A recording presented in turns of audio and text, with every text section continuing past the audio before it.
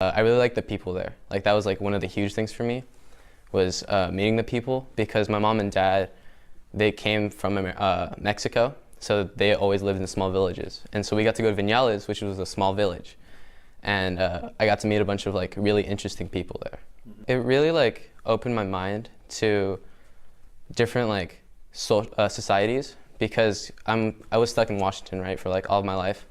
So it's a lot more different here because it's more like media, but over there they don't really have a lot of media there. So it's more of a like having to actually talk to people and like expressing emotions in like a deeper level, because for instance, the people I was living with, they were two old like grandparents, and they had grandchildren and children and all that. I was talking to them, and they always talked about like really cool things about Viñales and really cool things about their grandchildren or their daughters. So that like connected me to them. And then at the very end, they gave me a pineapple, like as I was leaving. Yeah, as like a parting gift. There were honestly so many. I think one of them had to be doing a walking tour of Old Havana, because it's just everything. When you look up Havana like in Google Images, that's kind of what you see is the neighborhood of Old Havana with all of the really colorful buildings and the things that look almost like Europe, to be honest.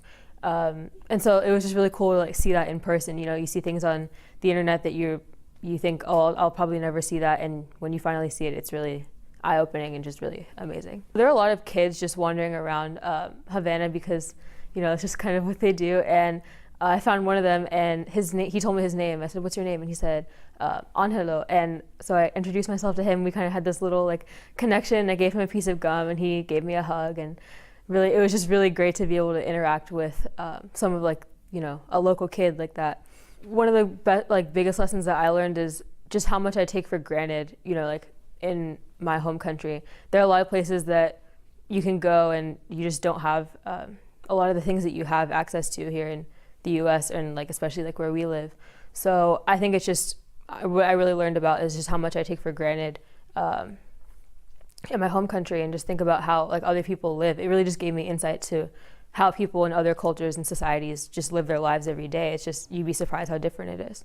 Being able to connect with people and like talk to them, talk about how they live and what they do, and living in that moment with those people. There was one time we were out pretty late and we got milkshakes, and we were just hanging out in this kind of social area in Havana. It was outside and you could see the ocean, and these two guys came over and they just played music for us.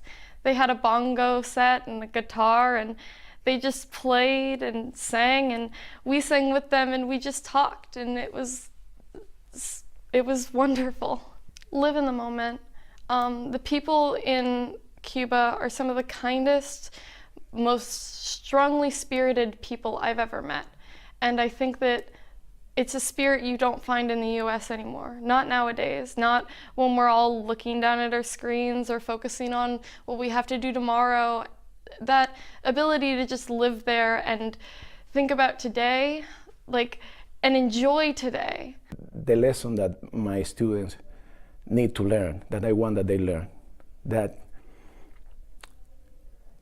friendship, compassion, and love can never be defeated. That's a lesson that I want for them to learn. It made me feel that we are just, everybody are bound by our humanity, and that's